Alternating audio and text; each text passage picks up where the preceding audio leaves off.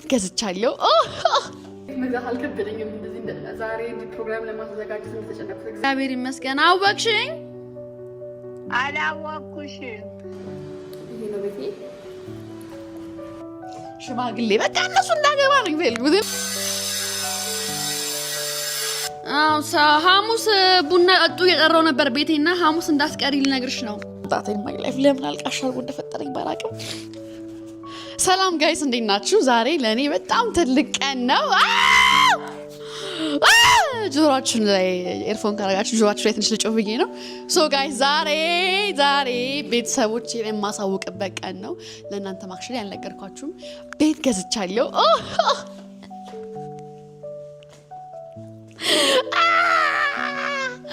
እና በጣም ደስ ብሎኛል። ሶ ዛሬ ቤተሰቦቼን ሰርፕራይዝ ማድረጋቸው ይሆናል። ሶ ጋይስ አቋራጥኳችሁ።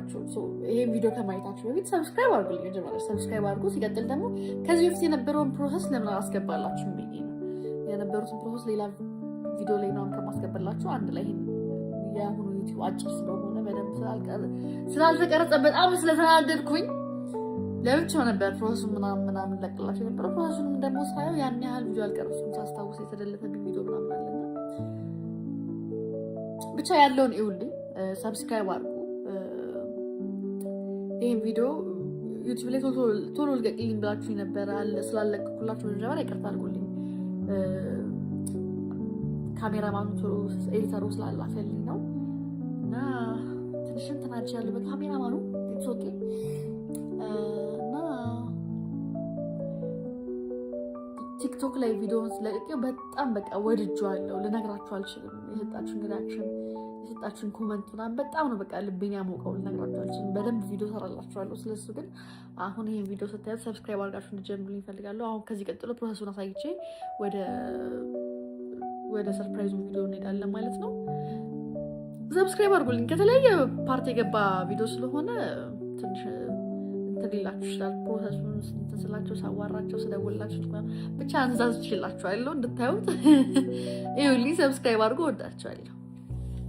ሶ ጋይስ ይሄ ራንደም ቪዲዮ ነው። ድንገት አጋጣሚ መጥቶልኝ ነው የገዛሁትን ቤት ዝም ብዬ አንድ ቀን ነው እንደ ድንገት ገብቼ ወጣሁ። ክሎሽ ነው ባይዘው አይቼው ወጣሁ። ልገዛ አላሰብኩም እና ቆይቼ ምናምን በቪዲዮ ሳየው ለይዟል እና እቃ ወጥቶ አላየሁትም። ሶ እቃ ወጥቶ አብረን እንየው guys. So let's go. So guys, ከጌጤ ጋር እየሄድን ነው። I'm really excited.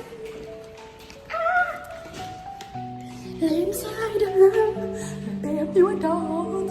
ብሎኩን ራሱ በስነ ስርዓት አላውቅም። ዝም ብዬ የፈለግኩት ጋር ማሻአል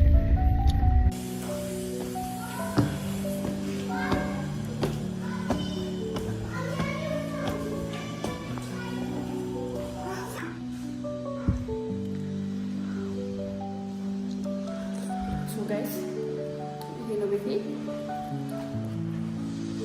ፋፋ አርጋት ማለት ይመስላል። ዝም ብዬ ሳስበው በጣም ፋ ማለት ይመስላል ነው።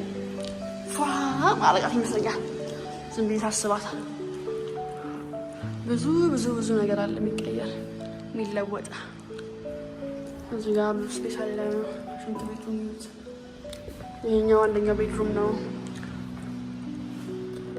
መኝታ ቤት ይሄ መሆኑ ስለማውቅ ፋፋ እናደርጋለ ብዙ ማስተካከል ነገር አለ። ወጪ ይኖርብናል።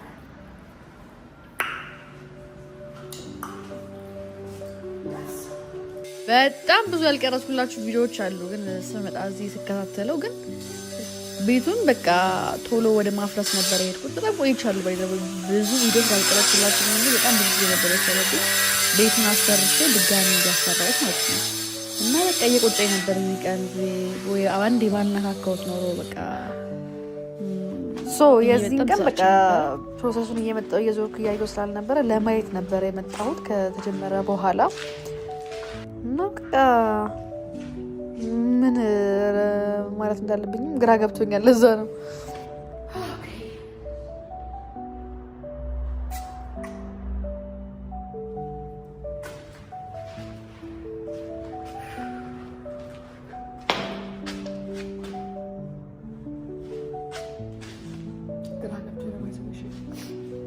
I don't know any reaction.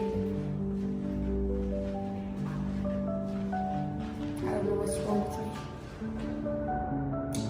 ቴምር ፕሮፐርቲ እንግዲህ ከ10 በላይ ቤቶችን ገንብቶ ለደንበኞቹ አስረክቧል። አሁንም እንግዲህ እየገነባ ነው የሚገኘው። ከቴምር ፕሮፐርቲ 100% ለሚከፍሉ ደንበኞች የ30% ቅናሽ አለው። ከባለ 1 እስከ ባለ 3 መኝታ አለ።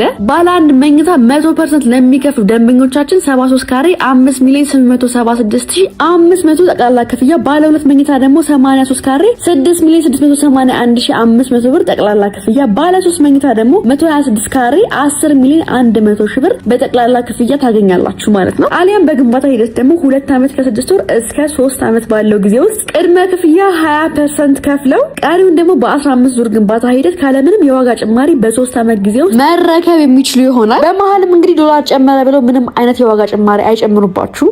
እንኳን ደህና መጣሽ ወደ ቴምር ፕሮፐርቲ። እንኳን ደህና ቆየሽን። ዛሬ እንግዲህ ያላችሁን የቤትና የንግድ ሱቆች አማራጮች ለደንበኞች ለማድረስ እዚህ እናንተ ጋር ተገኝተናልና እስኪ በመጀመሪያ ራስሽን እንዲሁም ደግሞ ድርጅታችሁን አስታውቂ። መልካም። እሺ፣ ጽዮን ወንድሜ እባላለሁ። የቴምር ፕሮፐርቲ የሽያጭ አማካሪ ነኝ። ድርጅታችን ቴምር ፕሮፐርቲ እንደሚታወቀው በከተማችን ላይ ከፍተኛ የቤት እጥረት በመኖሩ ያንን ከፍተኛ የሆነ የቤት እጥረት ከቨር ለማድረግ ወይም ደግሞ ለነዋሪዎች ቤት በተመጣጣኝ ዋጋና በፈለጉት ቦታ ላይ ለማቅረብ እየሰራ የሚገኝ ካምፓኒ ነው።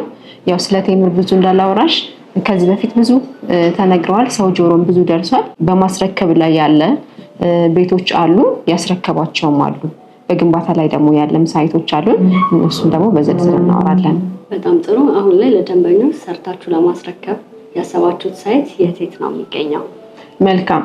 በቅርቡ በ6 ወር ውስጥ የምናስረክበው ኃይሌ ጋርመንት እና ሱማሌ ተራ ያለው ሳይታችን አለ። ፕላስ ደግሞ አሁን ላይ ሰርተን ጨርሰን እያስረከብን ወይም ደግሞ ደንበኞች መጥተው ወደ ስማቸው ካርታቸውን በስማቸው እያዞሩ እየወሰዱ ይገኛሉ። እያስረከብን ነው። አሁን ላይ ከ6 ወር በኋላ ደግሞ እነዚህ 2 ሳይቶች ላይ እናስረክባለን ማለት ነው። ደንበኞች አሁን እነዚህን የቤትና የንግድ ሱቆች አማራጮች ቢፈልጉ ከስንት የካሬ መጠን ጀምሮ ማግኘት ይችላሉ? መልካም። እሺ፣ አሁን ላይ በግንባታ ያለን የተለያዩ ሳይቶች ላይ አሉ። እዚህ ሳር ቤት ላይ ወደ 3 ሳይት አለን። ፒያሳ ሊሴ ትምህርት ቤት ጀርባ እዛም 3 ሳይቶች አሉን። አያት ፈረስ ቤት አካባቢና አያት አደባባይ ጋር እንዲሁም ግንባታ ላይ ያሉ ሳይቶች አሉን። አሁን ግን በሽያጭ ላይ ያለው የተወሰነ ሳይት ነው። አብዛኞቹ ሳይቶች ሽያጭ ጨርሰን ስቶክ አውት ሆነዋል ማለት ነው። ለምሳሌ አሁን ሽያጭ ላይ ያለው ጋርመንት ላይ ወደ 3 ቤት ይቀረናል። ሱማሌ ተራ ኦልሞስት 2 ቤት አካባቢ ይቀረናል። ፒያሳ ሊሴ ትምህርት ቤት ደግሞ 7 ቤት ይቀረናል። እነዚህ ባለ 3 መኝታ ናቸው። ለምሳሌ ፒያሳ ላይ 137 ካሬ እና 148 ካሬ ነው ያለን። ኃይሌ ጋርመንት ላይ 137 ካሬ ነው ያለን ማለት ነው። አሁን ግን ከረንትሊ አዲስ ደግሞ ያወጣነው ሳይት አለ። ሚክስድ ዩዝ አፓርትመንት ነው፣ ኮምፓውንድ ነው። ወደ 7000 ካሬ ላይ ያረፈ ዋና መንገድ ዳር የሚገኝ በጣም ሂውጅ የሆነ ነው ለሽያጭ ያወጣነው ማለት ነው ሳይታችን ላይ። የንግድ ሱቆችንም የቤት አማራጮችንም በአንድ ላይ ማለት ነው። ሚክስድ ዩዝ አፓርትመንት ነው። 2 ቤዝመንት አለው። G+15 ነው ሳይቱ። እስከ 5ኛ ድረስ ሱቅና ቢሮ ነው። 6ኛ የነዋሪዎች ብቻ ኮሚናል ነው የሚሆነው። ከቤቱ የሚጀምረው ከ7 እስከ 15ኛ ነው። ከ7 እስከ 13 ኖርማል ቤቶች ናቸው ያሉት። 14 እና 15 ደግሞ ፔንትሃውስ ነው ያለው ማለት ነውና ይሄ ቢልዲንግ ደግሞ በውስጡ ያሟላቸው ያው ማንኛውም ሪል ስቴት ላይ እንደሚያሟላው ወይም ደግሞ ቴምር ፕሮፐርቲ ለነዋሪዎች ቤቱን በሚያስረክብበት ጊዜ በውስጡ የሚያሟላቸው ነገሮች አሉ። የከርሰ ምድር ውሃ አለው፣ ሊፍት፣ ጀነሬተር ይኖረዋል። 6ኛ ላይ ያለው የነዋሪዎች ኮሚናል ነው። እዛም ደግሞ ነዋሪዎች በተለያየ ጊዜ አዳራሽ ቢፈልጉ፣ ፕሮግራም ማዘጋጀት ቢፈልጉ ወይም ደግሞ የሌሎች መጫወቻ ቢፈልጉ እዛ 6ኛ ፍሎር ላይ ለነዋሪዎች የተዘጋጀ ነው ማለት ነው። ፕላስ ደግሞ ያው እንደነገርኩሽ ድርጅታችን ቴምር ሪል ስቴት ሁሉም ሳይቶች ላይ የከርሰ ምድር ውሃ አለው፣ ፓርኪንግ አለው።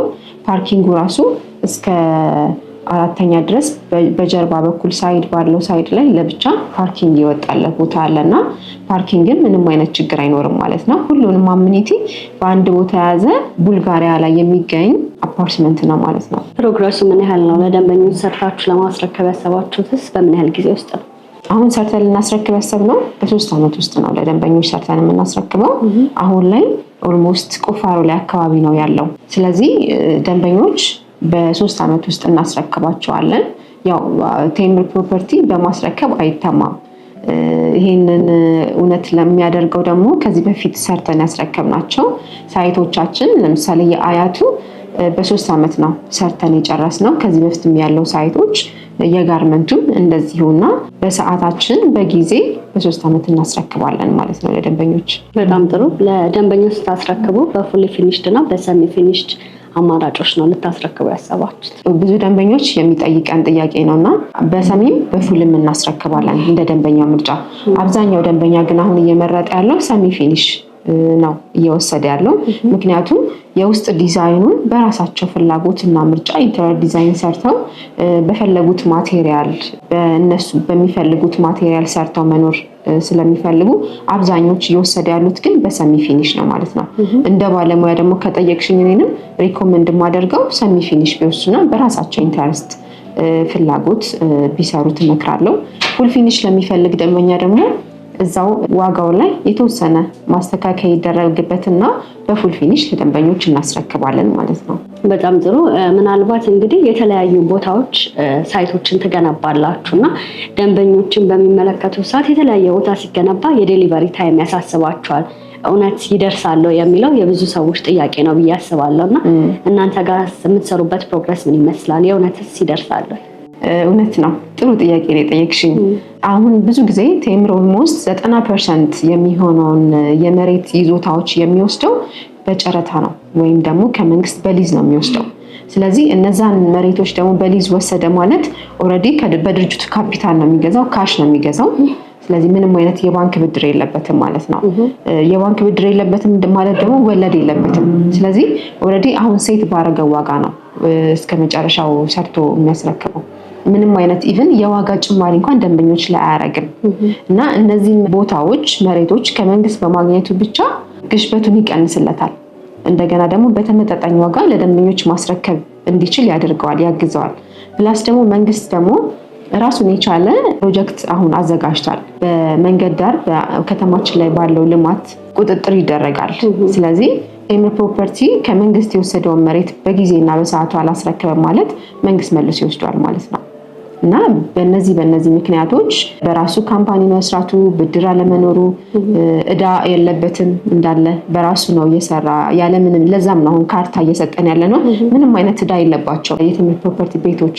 ስለዚህ በዚህ መንገድ በሰዓቱና በጊዜው ሁሉም ቦታ ላይ ያው እንደነገርኩሽ መጀመሪያ ላይ ድርጅታችን ለብዙሃኑ የቤት እጥረትን ለመቀነስ ነው በዋናነት እየሰራ ያለው። ቤትን እንደ ዳቦ ለነዋሪዎች መስጠት በሚል ሞቶ ነው የሚሰራውና ይህንንም እውንና በተግባር ለማድረግ የእውነት በስራ እያሳየ ነው ያለውና ይሄ ምንም የሚያሳስብ ነገር አይደለም።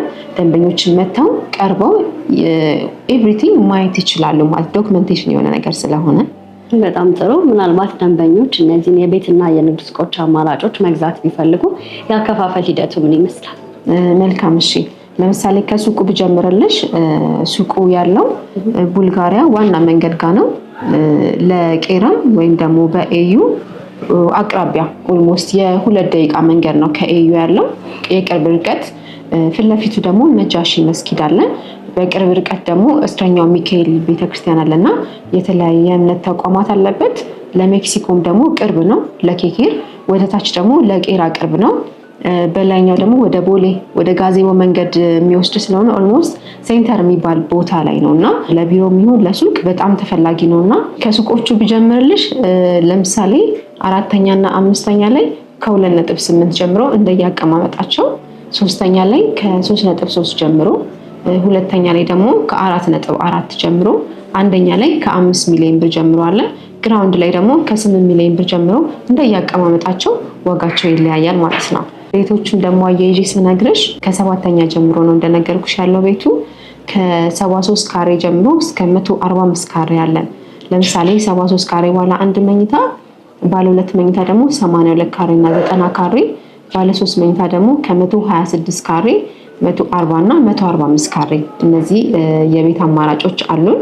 የቤቶችን ዋጋ ስናያቸው ለምሳሌ ባለ 1 መኝታ 69 ካሬ አለን። የዚህ ደግሞ አጠቃላይ ዋጋ ወደ 7.9 አካባቢ ይመጣል። 20%ን ከፍለው የቀረውን ደግሞ በ15 ዙር እንከፍላለን ቢሉ 1.5 ይከፍሉና አሁን ላይ 20%ን የቀረውን ደግሞ በ15 ዙር በ3 ዓመት ቤቱን እስከሚረከቡ በ5% እያደረጉ ቀስ እያሉ መክፈል ይችላሉ ማለት ነው። ሁለተኛ ደግሞ ባለ 2 መኝታ ለምሳሌ 82 ካሬው አጠቃላይ ዋጋው 9.4 አካባቢ ይመጣል። 20%ቱ 1.8 ይመጣል። አጠቃላይ የቤቱን ሙሉ ዋጋ አሁን ላይ እንከፍላለን ለሚል ደንበኛ ደግሞ 6.6 ሚሊዮን ብር ከፍለው ያለምንም ተጨማሪ ብር ቤታቸውን መረከብ ይችላሉ ማለት ነው። ይሄ ማለት 70% ለሚከፍል 30% ቅናሽ ሰጠን ማለት ነውና ቴምር እንደውም ብዙ ጊዜ የሚታወቀው በዲስካውንት በተመጣጣኝ ዋጋ የቤት አሁን መሀል ከተማ ላይ እዛ አካባቢ በእርግጠኝነት የምነግርሽ ደንበኞችም ቼክ ማድረግ ይችላሉ። በካሬ 150 ሺህ ብር ነው እየተሸጠ ያለው እና ባለ አንድ መኝታ ወደ 13 ሚሊዮን 14 ሚሊዮን የሚደርስበት ሎኬሽን ነው ሰፈሩ እና በዚህ ዋጋ 1 ቤድሩም በ5.5 ቤድሩም በ6.6 መግዛት ማለት ደንበኞችን የእውነት ኢንቨስት አድርገው ነገ ላይ የተሻለ ዋጋ ሊያገኙበት የሚችሉበት ቦታ ነውና ዲስካውንቱን ቢጠቀሙ ደንበኞች እናበረታታለን ማለት ነው። ለምሳሌ ደግሞ ሌላ ባለ 3 መኝታ 126 ካሬ ለሚፈልግ ደንበኛ አጠቃላይ ዋጋው 14.4 አካባቢ ይመጣል። 10% ደግሞ 2.8 100% ለሚከፍል ደንበኛ ደግሞ በ10 ሚሊዮን ብር የቤቱን ዋጋ ከፍሎ ቤቱን የራሱ ማድረግ ይችላል ማለት ነው እና ደንበኞች በፈለጉት አከፋፈል የፈለጉትን ካሬ መርጠው መግዛት ይችላሉ ማለት ነው። በጣም ጥሩ። እንግዲህ እንደነገርሽኝ ከሆነ መሀል ከተማ ላይ ነው የሚገኘው ሳይታችሁና ምናልባት ደንበኞች እዚህ ቦታ ላይ ኢንቨስት ቢያደርጉ የሚያገኙት ጠቀሜታ ምንድነው ተብሎ ይታሰባል? በጣም ጥሩ። ለምሳሌ እዚህ አካባቢ ላይ ኢንቨስት ቢያደርጉ ደንበኞች የሚጠቀሙት 3 ነገሮች አሉ። የመጀመሪያው ሱቆቹን ቅድም በነገርኩሽ መንገድ ነው። የገበያ ሎኬሽን የገበያ ስፍራ እንደመሆኑ ለማከራየትም ራሳቸውን ቢሰሩበት በጣም የሚያዋጣ ቦታ ነው። ለመሸጥ የሚፈልጉ ደግሞ አሁን ላይ እውነት ለመናገር በጣም በቅናሽ ዋጋ ነው እዛ አካባቢ እየሸጥን ያለ ነው ማለት ነው። ቤቱንም ደግሞ አሁን ላይ ገዝተውት ሜክሲኮ እንደሚታወቀው ወይም ደግሞ ቡልጋሪያ አሁን ላይ የሄድ ኦፊሶች ዋና መቀመጫ ነው አዲስ አበባ ላይ በወጣው የፕላን መሰረት ማለት ነው እና ሄድ ኦፊስ አሁን ስፔሻሊ ባንኮች በጣም ብዙ ባንክ ነው ያለው። የዛ ሁሉ ባንክ ሄድ ኦፊስ እዛ ነው የሚገኘው እና ነገ ላይ እናከራዩ ቢሉ አሊያም ደግሞ የስራ አቅራቢያቸው ጋር እንኑር ቢሉ በጣም አመቺ ቦታ ነው። ሁለተኛ ነገሩና ዋናው ደግሞ እዛ አካባቢ የዲፕሎማት መኖሪያ ነው። የኤዩ ቅርብ ነው የሚገኘው፣ የ2 ደቂቃ መንገድ ነው። እዛ ጋር በቅርብ ርቀት ስለሆነ የሚገኘው ዲፕሎማት መኖሪያ እንደመሆኑ ለማከራየት ደግሞ ሞር በጣም ተመራጭ አድርገዋል። ፕላስ ደግሞ አሁን ላይ በቅናሽ ገዝተው ነገ ላይ ደግሞ አትርፈው 6 ወርም 1 ዓመትም 2 ዓመትም አቆይተው ራሳቸው በሚፈልጉት ዋጋ መሸጥ ይችላሉ። ይሄ ራሱ አንድ አድቫንቴጅ ነው። አብዛኛው ቦታ ላይ ገዝተው ቤቱን ሲረከቡ ነው የሚሸጡት። ቴምር ጋር ደግሞ ብዙ ለየት ከሚያደርጋቸው ነገሮች አንዱ አሁን ላይ የገዙትን ዋጋ በፈለጉት ጊዜ ለሌላ ለሶስተኛ አካል ማስተላለፍ ይችላሉ። ፕላስ ደግሞ ያለምንም እስካሌሽን ነው እየሸጠን ያለ ነው። የቤቱ ዋጋ 5 ሚሊዮን ከሆነ ይሄ 5 ሚሊዮን ተከፋፍሎ በዙሩ መንገድ በግንባታ ሂደት ይከፍላል እንጂ ምንም አይነት የእስካሌሽን ጭማሪ አለ ብለን የዋጋ ጭማሪ አናደርግም ማለት ነው። በጣም ጥሩ። እናንተን እንግዲህ ከጊዜ ወደ ጊዜ የሪል ስቴት ዘርፉም እየበዛና እየጨመረ ይገኛል እና ሰዎችም ግራ ሊጋቡ ይችላሉ። የትኛው ሪል ስቴት አሪፍ ነው፣ የትኛው ሪል ስቴት ላይ ደግሞ ጉድለት አለ የሚለው ጥያቄዎች ደንበኞች ላይ ይፈጥራል ብዬ አስባለሁ እና ምናልባት የእናንተን ሪል ስቴቶች ከሌሎች ሪል ስቴት ለየት የሚያደርገው ነገር ምንድን ነው? ህጋዊነቱንም አያይዘሽ ብታነሺልን። ልክ ነሽ። እውነት ለመናገር ብዙ ደንበኞች ወይም ብዙ ቤት ገዢዎች ገንዘባቸውን ቤት ላይ ኢንቨስት አድርገው ወይ ሌት ይሆንባቸዋል ወይ ደግሞ ሻጮች ይጠፉባቸዋል። ከተማችን ላይ እንደምናውቀው ብዙ ደንበኞች ቅሬታ የሚያነሱት አንድ ቤት ገዝተው 8 ዓመት 10 ዓመት የሚቆይ አለ፣ 5 ዓመት የሚቆይ አለ። እንደውም 5 ዓመት ጥሩ ነው ይባላል። ያው ቅሬታቸውን ሲያነሱ ማለት ነውና ቴምር ደግሞ በእንደዚህ አይነት ነገር የማይታማበት ዋነኛ ነገሩ ምንድነው? አንደኛ መሬት ከመንግስት ነው የሚገዛው፣ ህጋዊ ናቸው ማለት ነው ዶክመንቶቹ በሙሉ። ተጨማሪ ደግሞ ቴምር ሆልዲንግ ካምፓኒ ነው፣ ሆልዲንግ ኢንቨስትመንት ካምፓኒ ነው አጠቃላይ የሚባለው። ስለዚህ በስሩ የተለያዩ ድርጅቶች አሉ። እና እንደሚታወቀው ቴምር ፕሮፐርቲ በ8 ዓመት ውስጥ ሰርቶ ያስረከባቸው ቤቶች አሉና ስፔሻሊ ደግሞ በቅርብ በ2 ዓመት የቅርቡን ብናይ በቅርቡ የተጀመሩት ሳይቶች እንዳለ እስኬሌተናቸው ወጥቶላቸዋል ጨርሰናል ማለት ነው። እና ምንም አይነት የተቋረጠ ሳይት የለም፣ የቆመ ሳይት የለም። ሁሉም ሳይቶቻችን ግንባታ ላይ ናቸው። ሌላ ደግሞ ተጨማሪ ምንድነው ቴምር የራሱ ደረጃ 1 ኮንስትራክሽን ካምፓኒ አለው። ስለዚህ የተደራጀ ባለሙያ ያለው ቴምር ኮንስትራክሽን የሚባል ካምፓኒ ስላለው በሱ ስር ነው ሁሉም የግንባታ ፕሮሰሳቸው የሚደረገው እና መተው ደንበኞች እንዲያዩ የምፈልገው እንደው ትክክለኛነቱን ከማስረጃ ካለው ነገር በደንብ ቢያይ ደንበኞቻችን መተው ቢያዩ አመኔታው በጣም ሰፊ ነው የሚሆንላቸውና ፕላስ ደግሞ በየሳምንቱ ነው አሁን ላይ ካርታ እያስረከበን ያለ ነው። ይህም አንዱ ማሳያ ነው ማለት ነው። አሁን ካስረከብናቸው ምንም አይነት የባንክ ዕዳ ወይም ደግሞ ካርታ ያልጣለት ቤት የለም እና ሰርተን ነው ግዙ እያልን ያለ ነው። ይህንንም ደግሞ ደንበኞች ቢጠቀሙ ሁላችንም አፕሪሼት እናደርጋለን። በጣም ጥሩ። በመጨረሻ ቀረ የምትለው ሀሳብ ካለ በዚህ ዕድል እንስጥሽ። መልካም። እሺ፣ ያው ቀረ የምለው ሀሳብ ብዙም የለም። ያው አብዛኛውን ነገር ተነጋግረንበታል። ቴምር ፕሮፐርቲ በቅርቡ ዋና የሚባሉ ቦታዎች ላይ ደግሞ አዳዲስ ሽያጮችን ያወጣል። ለምሳሌ ቦሌ ኤሪያ ላይ የሚፈልጉ ደንበኞች ቢኖሩ ወሎ ሰፈር ጎርጎሮስ ጋር የምናወጣው ሳይት አለ። ሳር ቤት አዳምስ አደባባይ ጋር ፊት ለፊት እዛ ጋር በቅርቡ የምናወጣው ሳይት አለ። ቄራ ደግሞ አደባባዩ ጋር መንገድ ዳር እዛ ጋር የምናወጣው ሳይት አለ። ሚክስድ ዩዝ አፓርትመንት ናቸው ሁሉም። ስፔሻሊ አሁን ሳር ቤት ላይ ባለፈው ያወጣው ላይ ብዙ ደንበኞች ቅሬታ ነበረባቸው፣ ቶሎ ሽያጭ አልቆባቸው። ያው እንደምታውቂው ሳር ቤት ይፈልጋልና ምናልባት አሁን የዛን ያለፋቸው አሁን መተው መግዛት ቢፈልጉ እነዚህ ሳይቶች ላይ መተው ማናገር ይችላሉ ማለት ነው። እና እነዚህ 3 ቦታዎች ላይ ቦሌ ጎርጎሪዮስ ወሎ ሰፈር አደባባይ ጋር፣ ሳር ቤት አዳምስ ጋርና ቄራ አደባባዩ ጋር በጣም ቆንጆ ቦታ የምናወጣው ሎኬሽን አለ። ደንበኞች ቀድመው መተው ቦታቸውን እንዲይዙ ደግሞ እንጋብዛለን ማለት ነው። በጣም ጥሩ። በውጭ